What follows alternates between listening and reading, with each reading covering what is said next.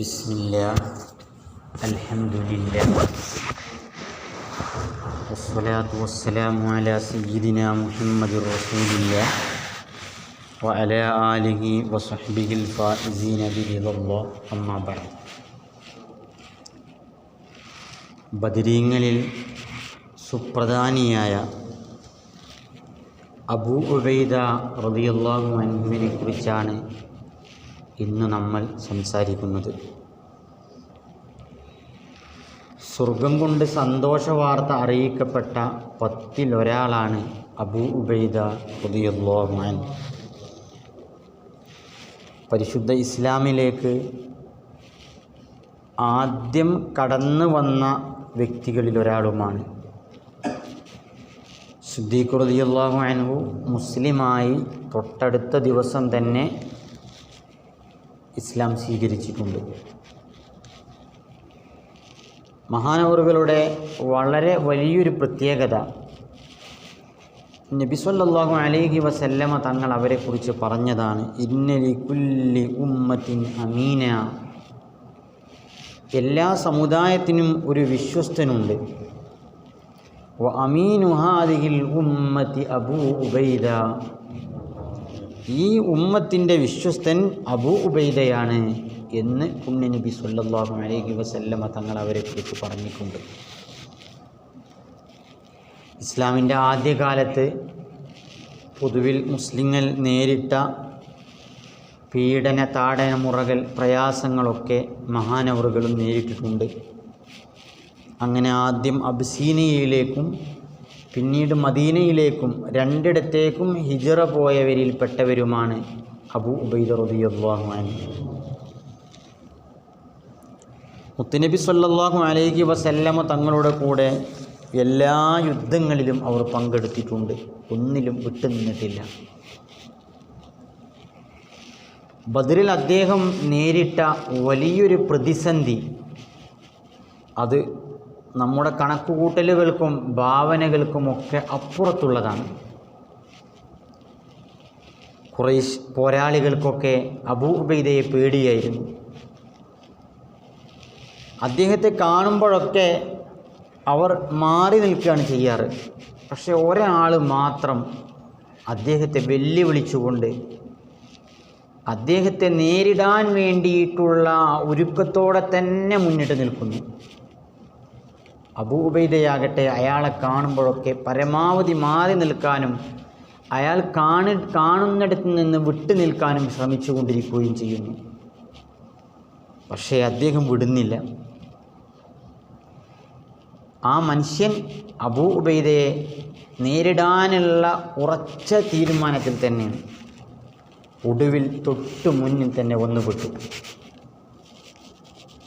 അബൂ ഉബൈദ റളിയല്ലാഹു അൻഹുവിന് പിന്നെ വേറെ വഴിയില്ലായിരുന്നു. ആ മനുഷ്യന് മുൻമായി ഏറ്റുമുട്ടേണ്ടി വന്നു. ആ മനുഷ്യൻ്റെ കഥ കഴിച്ചു. അതാരായിരുന്നു എന്നറിയുമ്പോഴാണ് അതെത്ര വലിയ പ്രതിസന്ധിയായിരുന്നു എന്ന് മനസ്സിലാകുക. അത് മറ്റാരുമായിരുന്നില്ല, സ്വന്തം പിതാവ് അബ്ദുല്ലാഹ് ഇബ്നുൽ ജറാഹ് എന്ന വ്യക്തിയായിരുന്നു. പരിശുദ്ധ ദീനിനെയും മഹാനായ നബി കരീം സല്ലല്ലാഹു അലൈഹി വസല്ലമ തങ്ങളെയും രൂക്ഷമായി വിമർശിച്ചുകൊണ്ട് അതിൽ സ്വീകരിച്ചിട്ടുള്ള വിശ്വസിച്ചിട്ടുള്ള തൻ്റെ മകനെ കഥ കഴിക്കാനായിട്ട് വന്നതാണ് അയാൾ. അപ്പോൾ നിവൃത്തിയില്ലാതെ വന്നപ്പോൾ ആ മകന് തൻ്റെ പിതാവുമായി ഏറ്റുമുട്ടേണ്ടി വന്നതാണ്. മാതാപിതാക്കൾ അമുസ്ലിമീങ്ങളാണെങ്കിലും അവരുമായി അവർ ദീനിനെ അല്ലെങ്കിൽ തന്നെ ദീനിൽ നിന്ന് അകറ്റാൻ നിർബന്ധിക്കാത്ത കാലത്തോളം അവരോട് നല്ല നിലയിൽ സഹവസിക്കാം. നിർബന്ധിക്കുന്നുണ്ടെങ്കിലും അവരോട് അതൊഴിച്ചുള്ള മറ്റെല്ലാ കാര്യങ്ങളിലും സഹവസിക്കാം എന്നാണ് അസ്മാ റളിയല്ലാഹു അൻഹാ പരിശുദ്ധ നബി തിരുമേനി സല്ലല്ലാഹു അലൈഹി വസല്ലമ തങ്ങളോട് ചോദിച്ചതായി ഹദീസിലുണ്ട്. എൻ്റെ ഉമ്മ വന്നിട്ടുണ്ട്, മദീനയിലേക്ക് മക്കത്തുനിന്ന് വന്നിക്കാണ്. അവർ ബഹുദൈവ വിശ്വാസിനിയാണ്. ഞാൻ അവർക്ക് എന്തെങ്കിലും നന്മ ചെയ്തു കൊടുത്തോട്ടെ എന്ന് പുണ്യനബിയോട് ചോദിച്ചപ്പോൾ അവിടെ നിന്ന് അതിന് സമ്മതം നൽകി. സ്വിലി ഉമ്മക്ക്, നിൻ്റെ ഉമ്മാക്ക് വേണ്ടതൊക്കെ നീ ചെയ്തു കൊടുത്തോ. അപ്പോൾ അമുസ്ലിമായി എന്നതുകൊണ്ട് മാത്രം മാതാപിതാക്കളോട് എന്നല്ല, ഒരാളോടും പ്രത്യേകിച്ചൊരു ശത്രുതയും ഇസ്ലാമിനില്ല. അതേസമയം ദീനിനെ തകർക്കാൻ തന്നെ ഇറങ്ങി പുറപ്പെടുകയാണെങ്കിൽ അവിടെ സ്വന്തം പിതാവാണെങ്കിലും മകനാണെങ്കിലും ഒക്കെ ഒരുപോലെയുമാണ്. ഇതാണ് ഇവിടെയും സംഭവിച്ചിട്ടുള്ളത്. ഒരിക്കൽ ഒരു സംഘം ക്രിസ്ത്യാനികൾ മുത്തുനബി സല്ലല്ലാഹു അലൈഹി വസല്ലമ തങ്ങളുടെ അടുത്ത് വന്നുകൊണ്ട് യാ അബുൽ ഖാസിം, മുത്തുനബിയെ അവർ വിളിക്കുന്നൊരു പ്രയോഗമാണ് അബുൽ ഖാസിം, ഖാസിമിൻ്റെ പിതാവേ എന്ന്. നിങ്ങളുടെ അനുയായികളിൽപ്പെട്ട ഒരാളെ ഞങ്ങൾക്ക് ഞങ്ങളുടെ കൂടെ പറഞ്ഞയക്കണം. ഞങ്ങൾ ചില സാമ്പത്തിക പ്രശ്നങ്ങൾ ഞങ്ങൾക്കിടയിലുണ്ട്, അതിൽ തീർപ്പ് കൽപ്പിക്കാൻ വേണ്ടിയാണ്. ഞങ്ങൾ ആ ഭാഗത്തുള്ള ആളുകളൊക്കെ നിങ്ങളെക്കുറിച്ച് മതിപ്പുള്ള ആളുകളാണ്, അതുകൊണ്ട് നിങ്ങളുടെ ഒരു അനുയായിയെ പറഞ്ഞയച്ചു തരണം. അപ്പോൾ നബി തിരുമേനി സല്ലല്ലാഹു അലൈഹി വസല്ലം അവരോട് പറഞ്ഞു, നിങ്ങൾ ഉച്ച തിരിഞ്ഞു വരി, ഞാൻ നിങ്ങൾക്ക് കവിയും അമീനുമായ ശക്തനും വിശ്വസ്തനുമായ ഒരാളെ നിങ്ങളെ കൂടെ പറഞ്ഞയച്ചു തരാം. ഉമർ ബിൻ ഖത്താബ് റളിയല്ലാഹു അൻഹു പറയാണ്, ഞാനന്ന് ളുഹുർക്ക് നേരത്തെ പോയി. ളുഹുർ നിസ്കാരം കഴിഞ്ഞപ്പോൾ നബി സല്ലല്ലാഹു അലൈഹി വസല്ലമ തങ്ങളിങ്ങനെ ഇടത്തുക്കും വലത്തോട്ടും ഇങ്ങനെ നോക്കി തന്നെയാണ്, ഒരാളെയാണ് തിരയുന്നത് മുത്തുനബി. അപ്പം ഞാനൊന്നിങ്ങനെ തല കുത്തി നിന്നു എന്നെ കാണാൻ വേണ്ടിയിട്ട്. പക്ഷേ നബിയുടെ കണ്ണ് ചെന്ന് പതിഞ്ഞത് അബൂ ഉബൈദയിലേക്കാണ് റളിയല്ലാഹു അൻഹു. അവിടുന്ന് അബൂ ഉബൈദയെ വിളിച്ചുകൊണ്ട് പറഞ്ഞു, ഉഖ്റുജ് മഅഹും ഫഖ്ളി ബൈനഹും, നീ പോയിട്ട് ഇവരെ പ്രശ്നം എന്താണെങ്കിൽ അതിൽ തീർപ്പ് കൽപ്പിക്കുകയും. ഉമർ എന്നിവർ പറയാണ്, അപ്പം ഞാൻ പറഞ്ഞു, ദഹബ ബിഹാ അബൂ ഉബൈദ, അത് അബൂ ഉബൈദ കൊണ്ടുപോയി. ഞാൻ അന്ന് മാത്രമാണ് എന്നെ ഒന്ന് വിളിക്കണം, എനിക്കൊരു സ്ഥാനം വേണമെന്ന് ഞാൻ ആഗ്രഹിച്ചു. എന്തുകൊണ്ട്? മുത്തുനബി ആ ഒരു സ്വഭാവ ഗുണം, കവിയുൽ അമീൻ, ശക്തനും വിശ്വസ്തനുമായ ആളെയാണ് ഞാൻ നിങ്ങളെ കൂടെ പറഞ്ഞേക്കുക എന്നല്ലേ പറഞ്ഞത്. അപ്പോൾ അതെനിക്കൊരു അംഗീകാരമായിട്ട് നബിതങ്ങൾ അംഗീകരിച്ചാൽ പിന്നെ അത് ഉറപ്പാണല്ലോ, അതുകൊണ്ട് ഞാൻ അങ്ങനെ ആഗ്രഹിച്ചു പോയി എന്ന് ഉമർ എന്നവർ പറഞ്ഞു. അബൂ ഉബൈദ റളിയല്ലാഹു അൻഹു വെറും ഒരു വിശ്വസ്തൻ മാത്രമല്ല, നല്ല ശക്തൻ കൂടിയാണ്. മുത്തുനബി പറഞ്ഞതുപോലെ തന്നെ ഉഹദ് യുദ്ധം കൊടുമ്പിരി കൊള്ളുകയാണ്.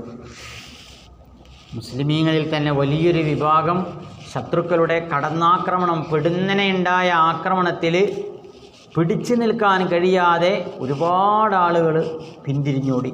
മുത്തുനബി സല്ലല്ലാഹു അലൈഹി വസല്ലമ തങ്ങളുടെ കൂടെ ഏതാനും സ്വഹാബികൾ മാത്രം നബി തങ്ങളുടെ ചുറ്റുമിട്ട് വളഞ്ഞു നിന്നു. അവരുടെ മാറ് കാണിച്ചു കൊടുത്തു. അമ്പുകൾ ചീറിപ്പാഞ്ഞ് വരുമ്പോൾ അവരവരുടെ മാറിടങ്ങൾ കാണിച്ചു കൊടുത്തു, അതിനെ തടുത്തു നിർത്തി. മുത്തുനബിയെ സംരക്ഷിച്ചു. അക്കൂട്ടത്തിൽ ഒരാളായിരുന്നു അബൂ ഉബൈദ റളിയല്ലാഹു അൻഹു. ഹബീബായ നബി സല്ലല്ലാഹു അലൈഹി വസല്ലമ തങ്ങൾക്ക് അന്ന് ഏറുകൊണ്ടു. അവിടുത്തെ അങ്കി അവിടുത്തെ കവിളുകളിൽ തറച്ചുപോയി. അങ്ങനെ അങ്കിയുടെ രണ്ട് ഹൽക്കത്തുകൾ, വട്ടക്കണ്ണികൾ ഹബീബിൻ്റെ കവിളിലേക്ക് അങ്ങോട്ട് തറച്ച് കയറിയെന്നാണ്. സിദ്ദീഖ് റളിയല്ലാഹു അൻഹു യുദ്ധമൊക്കെ കഴിഞ്ഞതിന് ശേഷം അത് ഊരാൻ വേണ്ടിയിട്ട് ശ്രമിച്ചു. അപ്പോൾ അബൂ ഉബൈദ വന്നിട്ട് പറഞ്ഞു, ഞാൻ ഊരിത്തരാം എന്ന് പറഞ്ഞു. അങ്ങനെ അബൂ ഉബൈദ റളിയല്ലാഹു അൻഹു അത് ഊരാൻ വേണ്ടിയിട്ട് തൻ്റെ കൈ പ്രയോഗിക്കാൻ നിന്നില്ല. കൈ പ്രയോഗിച്ചാൽ ഹബീബിന് വേദനിക്കുമോ എന്ന് ഭയന്നുകൊണ്ട് തൻ്റെ മുൻപല്ലുകൊണ്ട് അബൂ ഉബൈദ മുത്തുനബി സല്ലല്ലാഹു അലൈഹി വസല്ലമ തങ്ങളുടെ കവിളിൽ തറച്ചിട്ടുള്ള ആ അങ്കിയുടെ വട്ടക്കണ്ണി അതിലിങ്ങോട്ട് കടിച്ച് പിടിച്ച് വലിച്ചെടുത്തു. അത് വലിച്ചെടുത്തപ്പോൾ ഒരു കണ്ണീട് പോന്നു, അതോടൊപ്പം തൻ്റെ ഒരു മുൻപല്ലും പോന്നു. ഒരു വട്ടക്കണ്ണി കൂടി ഉണ്ടായിരുന്നു. ആ കണ്ണെടുക്കാൻ വേണ്ടിയിട്ട് വീണ്ടും ശ്രമിച്ചു, അതും പോന്നു. അതിൻ്റെ കൂടെ രണ്ടാമതൊരു മുൻപല്ലും പോന്നു. റളിയല്ലാഹു അൻഹു.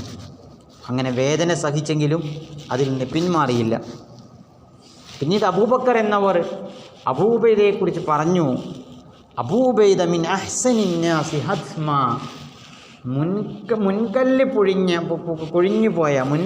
കൊഴിഞ്ഞുപോയ സുന്ദരനാണ് അബൂ ഉബൈദ എന്ന് അബൂബക്കർ സിദ്ദീഖ് റളിയല്ലാഹു അൻഹു അവരെക്കുറിച്ച് പറയുകയുണ്ടായി.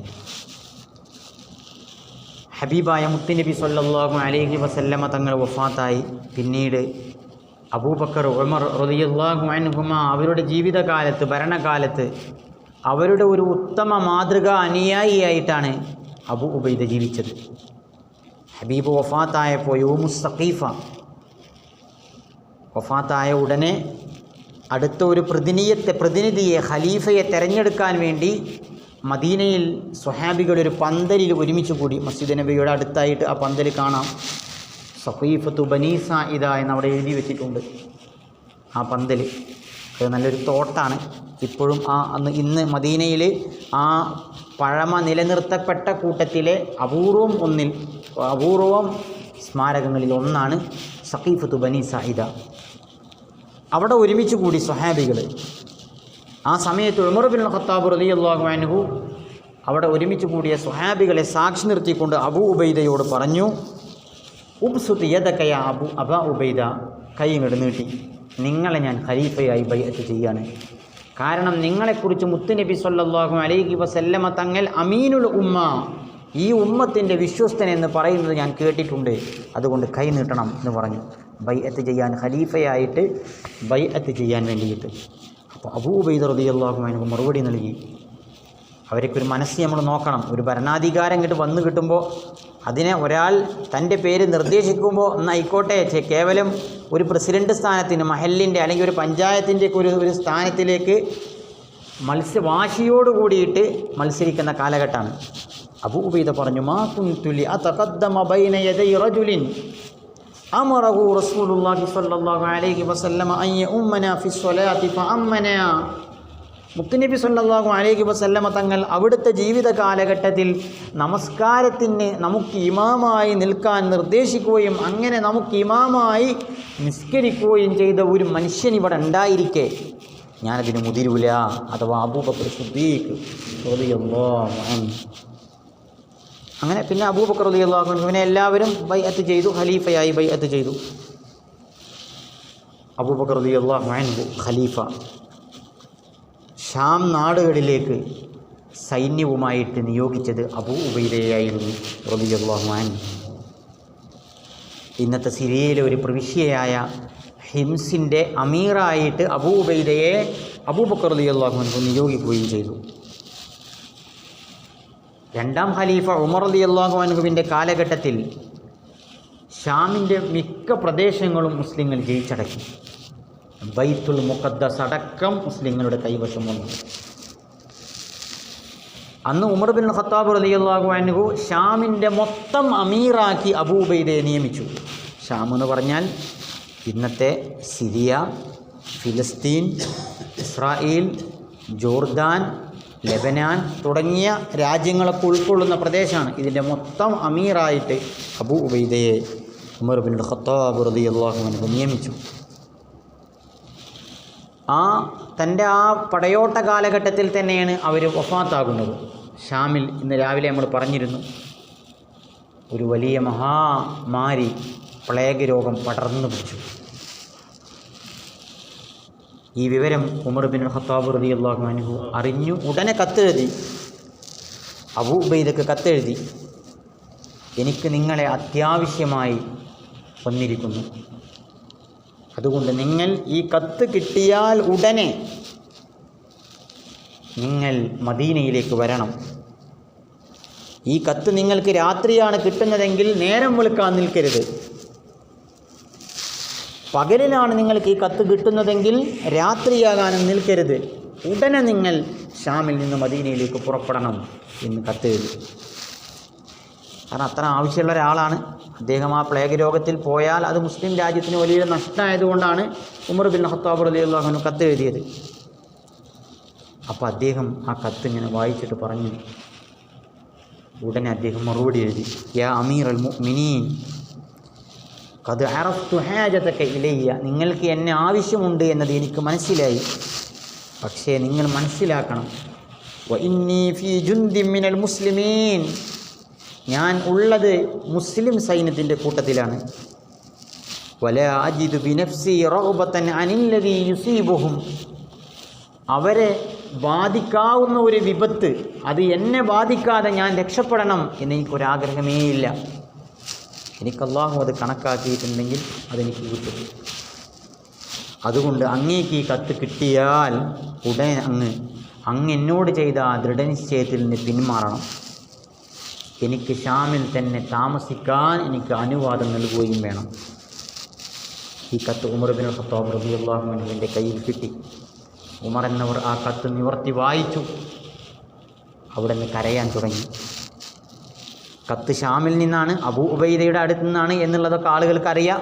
അപ്പോൾ കൂടെയുള്ള ആളുകൾ അമീറുൽ മുഅ്മിനീൻ ഉമർ ബിൻ ഖത്താബ് റളിയല്ലാഹു അൻഹുവിനോട് ചോദിച്ചു, അമാത അബൂ ഉബൈദ യാ അമീറുൽ മുഅ്മിനീൻ, അല്ല നിങ്ങൾ കരയുന്നത് എന്താണ്? അബൂ ഉബൈദ മരണപ്പെട്ടോ? അപ്പോൾ മറുപടി പറഞ്ഞു, ഇല്ല, പക്ഷേ വലാകിന്നൽ മൗത മിൻഹു ഖരീബ്, മരണം അദ്ദേഹത്തിൻ്റെ അടുത്ത് എത്തിയിട്ടുണ്ട്. ഉമർ ബിൻ ഖത്താബ് റളിയല്ലാഹു അൻഹു അദ്ദേഹം ധരിച്ചു വെച്ചതുപോലെ അതുപോലെ തന്നെ സംഭവിച്ചു. പ്ലേഗ് രോഗം അബൂ ഉബൈദയെ ബാധിച്ചു റളിയല്ലാഹു അൻഹു. ഷാമിൽ വെച്ചുകൊണ്ട് അദ്ദേഹം ആ രോഗത്തിന് അടിമപ്പെട്ടു. രോഗം മൂർച്ഛിച്ചു. തൻ്റെ കൂടെയുള്ള മുസ്ലിം സൈനികർക്ക് അദ്ദേഹം അന്തിമ വസിയ്യത്ത് നൽകി. ആ വസിയ്യത്തിൻ്റെ അവസാന ഭാഗം ഇങ്ങനെയാണ്: നിങ്ങളെ ഈ ഭൗതിക ലോകം അള്ളാഹുവിനെക്കുറിച്ച് മറപ്പിച്ച് കളയരുത്. കാരണം ഏതൊരു മനുഷ്യനും 1000 കൊല്ലം ജീവിച്ചാലും ഇപ്പോൾ നിങ്ങളീ കാണുന്ന എൻ്റെ അവസ്ഥയുണ്ടല്ലോ, ഈ അവസ്ഥയിലേക്ക് എത്താതിരിക്കുകയില്ല. ഒരു സമയം അവൻ ഈ ലോകത്തോട് യാത്ര പറയേണ്ടി വരും. അതുകൊണ്ട് ഈ ജീവിതം എന്നേക്കുമുള്ളതാണെന്ന രൂപത്തിൽ നിങ്ങൾ വഞ്ചിതരായി, ഭൗതികതയിൽ നിങ്ങൾ വഞ്ചിതരായി പോകരുത്. അള്ളാഹു മനുഷ്യർക്ക് മുഴുവനും മരണം കണക്കാക്കിയിട്ടുണ്ട്. അതുകൊണ്ട് എല്ലാവരും മരിക്കും. അതുകൊണ്ട് മനുഷ്യരിൽ ഏറ്റവും ബുദ്ധിമാൻ തൻ്റെ യജമാനനെ വഴിപ്പെടുന്നവരും തൻ്റെ മടക്കസ്ഥാനത്തേക്ക് നാളേക്ക് വേണ്ടിയിട്ട് ഇവിടെ നിന്ന് തന്നെ അധ്വാനിക്കുന്നവരുമാണ് ബുദ്ധിമാൻ. ഇതാണ് അദ്ദേഹത്തിൻ്റെ അന്തിമ വസിയ്യത്തിൻ്റെ അവസാന ഭാഗം. തുടർന്ന് തൻ്റെ പിൻഗാമിയായി മുആദ് ബിൻ ജബൽ റളിയല്ലാഹു അൻഹുവിനെ നിശ്ചയിച്ചു. സൊല്ലിയ മുആദ്, മുആദേ ജനങ്ങൾക്ക് ഇമാമായി നിങ്ങൾ നിസ്കരിക്കൂ എന്ന് പറഞ്ഞു. അങ്ങനെ അദ്ദേഹത്തിൻ്റെ ആത്മാവ് ഈ ലോകത്തോട് യാത്ര പറഞ്ഞു. അല്ലാഹു സുബ്ഹാനഹു വ തആല ആ മഹാനെ ശുഹദാക്കളുടെ ദറജയിൽ ഉൾപ്പെടുത്തി. അള്ളാഹു അവരുടെ ബറക്കത്ത് കൊണ്ട് നമ്മുടെയും ആഖിറം അല്ലാഹു തആല രക്ഷപ്പെടുത്തി തരട്ടെ. ദുനിയാവും ആഖിറവും നമ്മൾക്ക് അല്ലാഹു തആല ഗുണകരമാക്കി തരട്ടെ. അവരെ ബറക്കത്ത് കൊണ്ട് അല്ലാഹു നമ്മെ എല്ലാ പ്രതിസന്ധികളിൽ നിന്നും, പ്രയാസങ്ങളിൽ നിന്നും, വെല്ലുവിളികളിൽ നിന്നും അല്ലാഹു തആല സലാമത്താക്കി തരട്ടെ. പ്രത്യേകിച്ച് ഈ മഹാമാരിയിൽ നിന്ന് അല്ലാഹു നമ്മയും ബന്ധപ്പെട്ടവരെയും സലാമത്താക്കി തരട്ടെ. ബിറഹ്മതിക യാ അർഹമർ റഹീമീൻ. അസ്സലാമു അലൈക്കും വറഹ്മത്തുള്ളാഹി.